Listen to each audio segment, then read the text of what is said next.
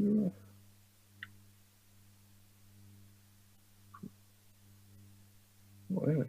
anyway, I want to take a minute and just thank the organizers and volunteers for today's the conference for today and yesterday. It's been I've been following along. It's been great. And in a former life, I was a conference organizer for online and on-site conferences, so I know how challenging they are and how everyone who helps out just makes it a success. So thanks for having me here. So today I'm talking about image formats, and as you said, mentioned a little bit about me before I came on. My name is Christopher Schmidt. You find me on Teleject on Twitter, Teleject on GitHub, and lots of other things as well. So I'm also a host of the Non-Breaking Space show.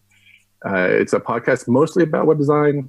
Sometimes we talk about development as well, but we also talk about digital life and culture and what that means, and policies and privacy and all that stuff like that too. Sometimes we talk to an astrophysicist here and there, and other independent creators as well too. But mostly it's about web design. So if you're interested, we'd love to hear what you guys think about that show. But today, talking about images, and images are important. The saying goes that an image is worth 1,000 words, and so definitely we know that they're missing. They're silent when they're not there, when they're linked up. So there was a time when we didn't have images on the web. Mark Andreessen, when he was working on the Mosaic browser, like over 25 years ago, proposed the image tag, and with just a simple source attribute. And so we didn't even have, there wasn't any GIFs and JPEGs weren't supported back then. It was the old .xbm bitmap file was supported right there. So it's been over 25 years that we've had images, and you could say like the growth of the web, I think, really started with our ability to share cat photos over great distances. I think that's really where the boom happened with the web. So, and also back then, when we had the image tag, our hardware was pretty basic. Our hardware was delivering about 72 pixels per inch for the Macintosh, and so and the PC platform had like 96 pixels per inch, and that gave like a greater resolution. And the rationale behind that was that the finer print, you could see that better when you're at 2 feet from your monitor at your desktop. And so, but 72, 96, not too far apart from each other. So it was great for designing for the web back then. It was 72 pixels per inch equals about 72 points per inch. So it was really easy to design and for the web in terms of that. So, but then something happened in 2010, which is almost decades from when, over decades from when Mark Andreessen introduced the image tag. A little something called the iPhone 4 came out with Retina support, and that was just a great resolution on a phone. And so what Retina meant is that from holding your device from like 2 feet or 1 feet, or maybe if you're blind like me, 1 inch from your face, you couldn't really see the individual LED lights that compose the screen. It looked like a nice printed laser printer display in your hand. And so that was kind of Retina. And so what it made for typography was really great was that the text is a lot cleaner. You can actually look at your device longer. I remember the original iPad, I couldn't look at it for longer than an hour just because the bitmappy nature of the fonts is really kind of hard to read. But thanks to the Retina display, we can, it's a great crisp, clear display. And actually, and so just to show you like the changes from Retina, like the top portion of the slide shows you what the LED lights look like on the original iPhone, and from the same distance from the Retina phone below. And so you can see that the amount of space that the Retina LED takes up is like 1/4 of the space an old LED took up. So, and the technical term for technical definition for Retina is actually like 300 points per inch at 12 inches from your eyes. And so that's a long ways away from 72 pixels per inch when we first started out the web. And so what that means is that we're kind of asking our images to do a lot more. So if you have an image at 72 ppi and you have it at the same real estate for a high-end machine, it takes a lot less real estate on this high-end monitor. And so what you need to do is, what our browsers do and what computers do, well, will stretch the image to take up that real estate. But however, the image clarity isn't that great, and we would like to make a great impression and have a great resolution. So what we can do is create and get a crisper, clear image that's larger and has a sharper view on these nice monitor displays, right? And so it's really great when we actually take this large image and put it on this smaller display browsers. It'll look great because it's going to be compressed down and shrunk down to the size that we want it to. But the problem is that we're actually shipping larger images to devices that don't need this extra weight, and so we have a file size that could not just be double the size, but could be quadruple the size of images to devices that don't need it. And so basically, retina displays mean larger images and larger file sizes. And so, and Apple, wasn't just content to just having retina displays on iPhone. They moved it to iPads, of course, and to other industry, other phone manufacturers, other tablet manufacturers, HD TVs taking over.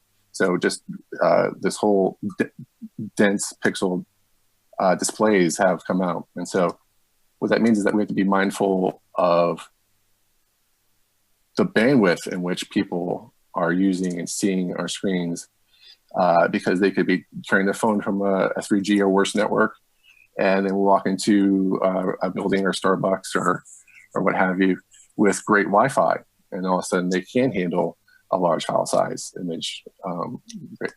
Also, we have to think about what the size of the device is. Can it handle a large amount of real estate? Is it a phone? Is it a small phone? Is it a tablet? Is it a desktop computer? Is it an HD TV that they're viewing our websites on? And so we have to be mindful of how we lay out our pages. And so, are we delivering the right image for that? Also, we have to think about the density of our screens. Like now, retina displays or HD displays are really popular right now.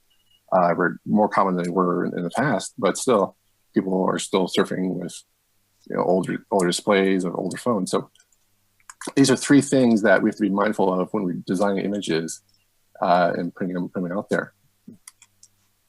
And also, to compound that, our websites have gotten heavier and heavier just over the last 7 years. This is from hcparchive.org, which shows you, you can see easily the median average weight of a web page has gone steadily, but you can just see that's just the median. The margin, the maximum can go up to almost 3 kilobytes, 3,000 kilobytes. So it's really, really heavy pages. And then if you look at the images, see the images almost shoot up to 2 megs. So in terms of the images that we're sending over to people. So, and it took about 2 megs over a 3G connection. That takes a lot of time, a lot of money. Also, we're on cell phone networks where they cost, depending on their price point. So I would like to take some time today and just talk about how we can maximize the images and maybe get to know our image formats a bit better, and probably get reacquainted with them maybe if we're taking them for granted that way. So no one wants to take an image for granted, and so you never know when it might just take up and leave. So the first one I'm just going to talk to JPEG. Whenever someone goes through a list of images for formats and they tell you what they're good for, JPEG is always mentioned for being great for photos, and I will be no different and say JPEGs are great for photos. So it's a raster format. It's kind of bitmappy. It's a bitmap format. It's lossy. That means every time you save a JPEG over and over and over and over again, you lose data integrity. And so you want to make sure that you have your source file, whether it's like a PSD or TIFF, where it doesn't lose image integrity, and then save off of that as a JPEG so you don't lose it. So you don't lose that image, integrity, the image detail.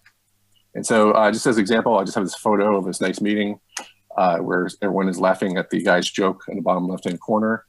I'm sure it's a pretty awesome joke. And so the file size for this image is 132 kilobytes, which isn't great, which is good, I guess, for it's definitely under 2 megabytes for a JPEG, so that's pretty cool. But what we can do is selectively edit this image and take away some of the detail from this image that doesn't pertain to any of the image communication that's happening with this image, right? So like, for example, the background here with the columns and the walls aren't really what's telling the story here. It's just this guy telling this joke at this meeting and these people all around it. So that's really the more important part. It's not the walls. So what I did is I actually went through Photoshop, selected the areas behind the faces, and I made sure to keep the whiteboard because the whiteboard might be really important. Might have some secret communications or something like that. So we need to make sure we keep that. That might be a part of his joke. We need to make sure we have it. So I went through and I blurred out the background and I saved the image file. And you can notice the comparison is like almost saved 30K just by blurring it out there. And that's because the image compression that JPEG uses is that the softer the transition of colors in the background of JPEG, the smaller the file size for the JPEG. So if you can go around and smooth out the areas of your JPEG, or make sure your images already have a smooth color transition, like like bokeh images where like lots of gradients and circles and colors like that are great image file sizes for JPEG. So that's one way. Another thing that's happened within the past year, which I totally love, is Google announced a new open source JPEG encoder called Goochly, which I hope I'm saying that correctly, but it's Goochly. I totally love it. I think it's the best thing that's happened to image formats in the past year, which I didn't think that would happen because of other things that happened before that. But it's a great encoder. So what I did was I took this image that's already been saved, 30K, and I took it through this open encoder, and it went down to 55K. So we're almost at a savings of 100K just from our original image, just by using just what we know about the JPEG, compression method, that if it's a smooth color transition, we're saving kilobytes, and then also we're using the JPEG encoder. And the JPEG encoder, excuse me, from Google, it's not like hard and fast rules for compression or a logarithm. It actually does and goes through and uses a system that is based off how the human eye sees things, and actually creates multiple versions of the JPEG compression and does a whole bunch of series of tests and determine which image doesn't look terrible with the JPEG compression, because you get lots of artifacts the more quality you go down. But it actually kind of says like, oh, this image looks great out of all these images I've looked at. That doesn't look like it's terrible or whatnot, and serves it up. And so you're really able to do a great number of savings, file savings to do that. The problem is that it takes a long time to process. It's not as easy as just other image file format compression systems. So this is something where, like, if I had a lot of JPEGs, I just put into the system and I go for lunch, or or come back the next day or something like that, just because I know it's going to take a long time for these images to process. And again, it is a lossy system, so make sure you have your original JPEGs before you put it through the system, because you will be losing a lot of image integrity. But the image integrity that you lose is really not perceptible, but you definitely do want to keep your original format in place. So that's great. So I love that. That's probably I love that Goochly encoder. So next one, we'll talk about GIF and pings. They're raster and they're lossless. That means that we can save them over and over and over again. They should not lose any image integrity. GIFs are great for animation. They're really awesome. I think they're great for cat GIFs and just sharing them around. But the animated quality, the nature of the feature of the GIFs make a really large file size type. So it's really hard. Like, if you have, if you can avoid serving image GIFs into your on your website, just because it's really, it's just a heavy file size. So, but GIFs are also great for flat areas of color, great for line illustration, just anything like in terms of that nature. So it's really kind of great for logos and stuff like that too. But what you really want to know is like, sorry.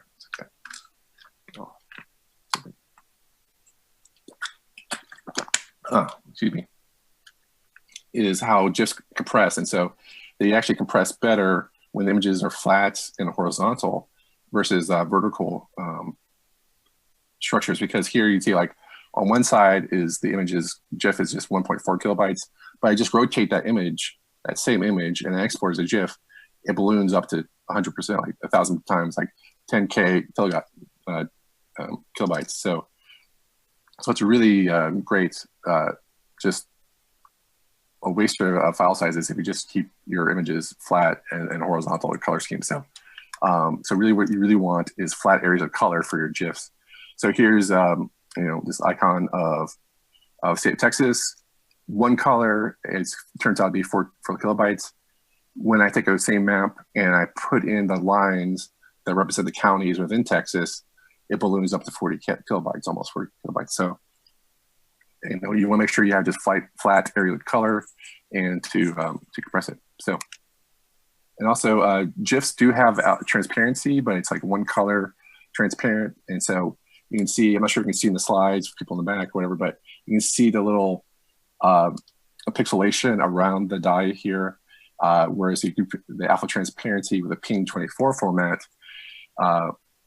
is very smooth and very subtle transition. So if you're looking for transparency, you can definitely look into pings as an answer. And also Ping formats kind of usurped GIF's nature. Like GIFs were really popular a long time ago, but the Ping format came in response to GIFs not being a great utility, great file format. And also there's some issues with the licensing with it as well back in the day. So pings are actually kind of lower, have a greater compression method than GIFs. And so that same complex GIF that we talked about had about 40 kilobytes is actually, you can go under like 27 kilobytes. And so it has a better compression method. Sorry. And also you don't have to, in Ping28, with Ping8, you can actually store an alpha transparency in Ping8 versus Ping24. So if you want alpha transparency, but you don't need all the, you don't need the extra weight that comes with Ping24. But so here we have alpha transparency, it's 50K versus 180 kilobytes for that. So it's a really great way of, if you need that transparency, but you can actually save file savings that way by keeping it into Ping8. So just summarize, you want flat areas of color for GIFs and pings. Alpha transparency you can do with Ping8, and Ping8 compresses better than GIF usually. So usually JPEGs are really great for photos. My rule of thumb is that if a photo is below 100 pixels for whatever reason, and it's kind of a photo realistic thing, you may want to switch over to a ping, and just because I think that you get better usage, better file sizes with that. So GIFs probably not viable anymore, except for sending cat GIFs and memes and stuff like that too. And you probably don't need to go to extreme and use Ping24s if you need alpha transparency. You can still do Ping8 and keep file sizes low. SVG for vectors. SVGs are great for logos. They're based off curves, Bezier curves, and you can scale them very well. So have this logo, you can scale it without any loss of image quality. It's really great, and they're native to browsers, so you don't have to worry about browser supports in modern browsers. So it's really awesome. And also the file savings, depending on the image that you have, are actually cheaper than the ping. And since SVGs are more flexible, you can, it's a great win all around, because you have the crispness of the image at various sizes of it doesn't matter what the density of the screen or the size of the screen or whatever. So SVG can just fit the bill perfectly for that. So if you can do SVG, I definitely would work with that for image. Also, Shirley Wu was here yesterday. I didn't get a chance to catch her talk, but if you can, the replay, and it's really great.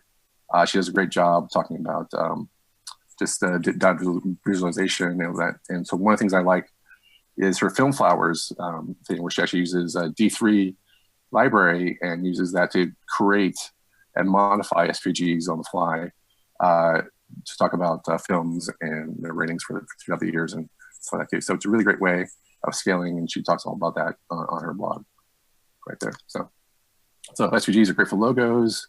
SVGs are ideal for images that need scale, great for image file formats, and great for graphs.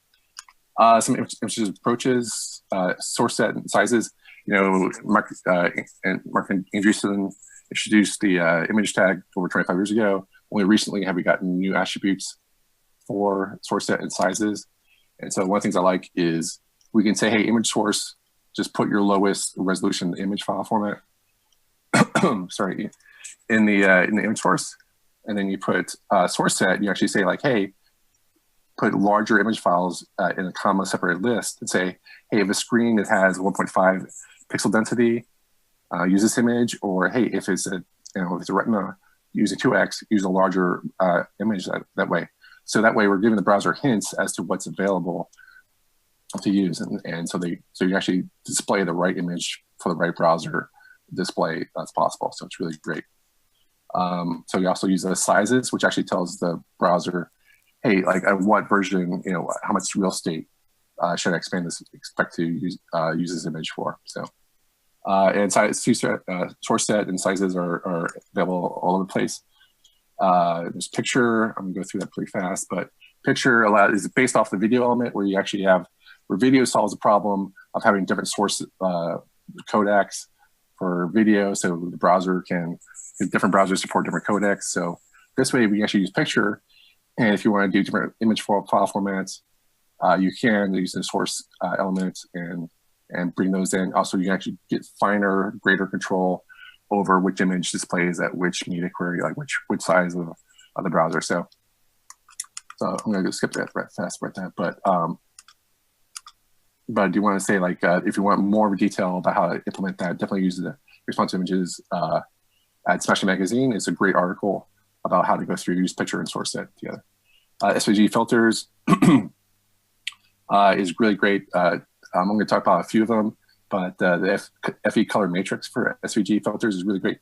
You can see there's here in this screenshot, there's like rows, there's like actually 5 columns by 4 rows of colors, and each of these are assigned to RGBA alpha. And so you can actually go through each channel of red, green, and blue and change how the image will look. So this normal image has been tinted kind of blue because it's, we've added some more red, we've added some more greens, but we've taken away some of the blue. So we kind of like drop the blue a little bit. And the image is still there, but we just told the browser, hey, do this work and change the image a little bit based off of just these SVG filters, and we apply it that way. So actually I took that a step further and actually went and researched color blindness and what the color matrix values would be for this. And so you can actually take this. So I took the website for the conference and I applied the scale, like I played what would the website look like for red and green color blindness. And so this is what it looks like. You can compare that to this. So it takes a little bit of the edge off there. Also, there's other color values of color blindness as well. So you can definitely see how just by using SVG, it doesn't mean that we can just apply it to an image. We can apply it to the whole entire website and to whole or sections of our website. And so we can do a lot of crazy things with that too. Una Kravitz has a great blog post over a list of art about how to work with that, and she has talks a lot more about filters and how to do that. So also with CSS filters, you can do crazy things. So all you need to do is have a really great central image, and then you can take and have various colors of images and cats and stuff like that too. So, and here I just do filter sepia. I change it to a sepia just as a building block, and I just use the filter hue rate rotate to rotate the image into get away from the sepia color and move it over to whatever color I want. So if you ever need to do tinting and stuff like that, that's great. Also, I was a conference organizer in previous life, so I had to deal with a lot of headshots. And so what I did was I got tired of everyone's headshots being different colors or screens, so I converted all the headshots to black and white. And then I use CSS filters with CSS gradients, and then I could apply a different color scheme depending on if you change the website color scheme that year, month, or whatever like that. So I didn't have to worry about things being weird and stuff like that too. So there's more information. So one second. Yep. And so there's more information about CSS filters here or there. All right, one second. CSSGram, again, Una has a great library for that. So definitely check it out. One second. Sorry, lost my. I just want to run through some apps real fast. Image Opt-in for Mac. Image Opt-in, you can do all sorts of like lossless image compressions. Also, Goochly is baked into Image Opt-in now. So if you're a Mac, you can turn that on, and I really appreciate that. Ping Gauntlet and Riot is really great as well. For PC, check it out. And for Prussian and Gucci, I am a big fan. There was a t-shirt, I'll be wearing it right now for Gucci. So you can install it where you want. And finally, I wish there was an image format. We're dealing with a whole bunch of different formats, but I wish there was an image format that was a simple design for users, not just for developers that live with, that deal with images on the web all the time, but just for everyday use that people use, and that would be easy for browsers to like say, hey, I'm on this size screen, I'm on this size, resolution, just give me this image, I know exactly what's happening. I wish that would happen natively without us having to add more information into it. And also, I wish it was like one kind of container for that. That'd be great. That'd be awesome. So that we basically just have different resolutions for this image, but we use one file that we contain. It'd be great. The thing is, like, Microsoft made this already, like a long time ago, believe it or not. It's actually, you actually see it in the save icon of your browser in the .ito file format. And so you can actually create an image in .ito file and contain all your resolutions in there and serve it up as a fave icon. And you can have different resolutions served up. And depending on the browser is on a Retina, it can handle it. It'll serve up the larger screen and that. So that's it. So yeah, thank you so much for your time and attention. And I think maybe a few questions I can answer. Sorry if I ran over there. Thank you very much, Christopher. Thank you for that presentation. Any questions? Any questions?